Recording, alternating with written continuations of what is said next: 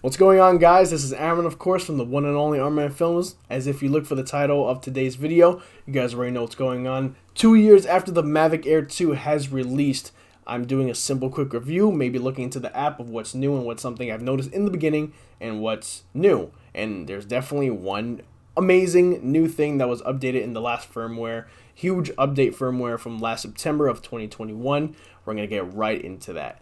Let's go. Okay, so overall, is the drone still worth it after the 2 years? I definitely think so. It was perfectly great in my budget. We're probably looking at about under $1,000 for the Fly More combo kit, not just the regular kit, and definitely the Refresh Care Plus insurance. So that's also a #1 plus for the drone as well. Before you go out and investing into the craziest, and I mean the craziest drone out there, do your homework. Find the investing that you want to do. Don't worry about everybody. Yeah, go out and I got the one that's like $10,000 or whatever. Go out and spend it. Like, you don't need to spend 10 grand on a drone. You literally have to do your homework for it, because people will spend the insufficient money and they'll be like, oh man, now I'm budget balling and my wallet's empty and broke. So just do the research, do your homework. You will definitely find a lot of great drones that shoot the simple 4K all the way up to like 5.4K. Find your budget, plan it, and just buy it. So what's new about the update coming into 2022? I recently did it today, actually, in the beginning of the morning, yeah. And basically what is coming to the newest update in the morning that I did, I spent maybe about an hour or less, a little bit. There is the safety firmware, there is the hardware firmware, the RC firmware, and the drone itself. And I'm just gonna get right into that because I'd rather show you than tell you myself. So let's just do that. All right, just to show you guys, the remote control is still the same, connecting to the phone, no problem.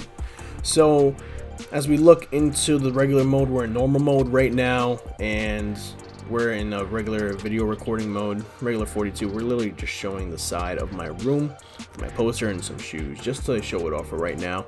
And we're gonna go right into the actual aspect of it. So this is still the same, the flight assistance of the bypass, the brake, and the off stuff. Displayed radar map, of course, max altitude, that's depending on your region and where you are living. So calibrating compass, auxiliary LED, yada yada yada, same old thing.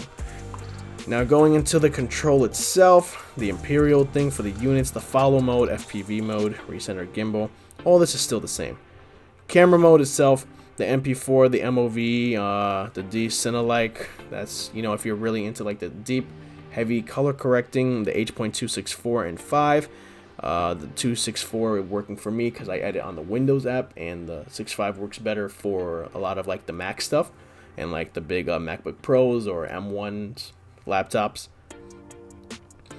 Okay, so this is all still the same. I definitely got blown away. I don't think I've ever heard about this in a long time. This is a live streaming platform, literally, and you could set the dual band to either the frequency of the 2.4 or the 5.8 gigahertz, the definition for the smoother HD. So if we go into the live streaming platform, I'm clicking that.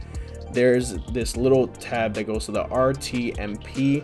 You simply click on that, and now you can simply stream from your actual drone. Now that RTMP address, that's a little tongue twister there, is basically what you're going to do if you're doing it through Facebook or YouTube, and you basically have to do the live stream thing going on, and then you connect your stream key, then you connect it there. There's a video on that you put in your own personal URL link, and you basically put the slash, and you kind of see where your connection is, as far as your bitrate, your resolution, and I would normally do, if I don't have a crazy great connection for outside, I would do regular 720 and probably just set the bitrate to 1, because it's said that the bitrate for Androids works a lot better than iPhones, so that's also a plus for having an Android. So let's just keep it there. But this is basically one of the biggest things about the Mavic Air 2 that I really love. It's been a long time since I've flown it, but I'm gonna keep working up to that, and it's gonna definitely be amazing. So going to the about, you normally go here to the aircraft firmware and the fly safe database. The RC controller and the drone itself, you can always double check about your firmware into the laptop when you plug it in. You download the app called DJI Assistant for Mavic or the DJI Assistant 2. Those are completely free, they're completely downloadable, and you put it into the computer and you just check it. You could have a whole database. There's even a simulator thing that you could do there too. So that's also a very fun plus with having the DJI Mavic and its applications that all laptops and computers and desktops actually offer for everybody for free. So I'm back in the video mode. As you can see, everything still looks the same. The little graph on the bottom left corner is cool. If I open that, I'm gonna tap that. If I open that, actually let's make it bigger. You can actually see it brings it to actual Google Maps. It finds me, I open it, same thing goes on. Now I want to show you guys, just in case you guys are living in New York and you guys are wondering about flying in New York. It is so difficult because every borough in Staten Island, every borough in New York, that's the one I'm in, Staten Island, everybody has one little section. So that's where it kind of comes a little difficult to find a place. So if we zoom out here, you're going to see all these colors. This is, where is it? Nothing. Hold on. Okay, we're gonna skip that really quick because for some reason I don't know what's going on with the connection. It could be the fact that of the walls, so I'm not gonna show like the map and the area and stuff and where it's at. But as far as the video mode, it's simple. You have the storage, you have the res all the way up to 4K wide, 4K zoom all the way up to 60 frames. I normally shoot at 30, 4K zoom. It's a little bit of a crop, but it does what it does. And then as far as 2.7K, we're still at 60 frames a second all the way up there.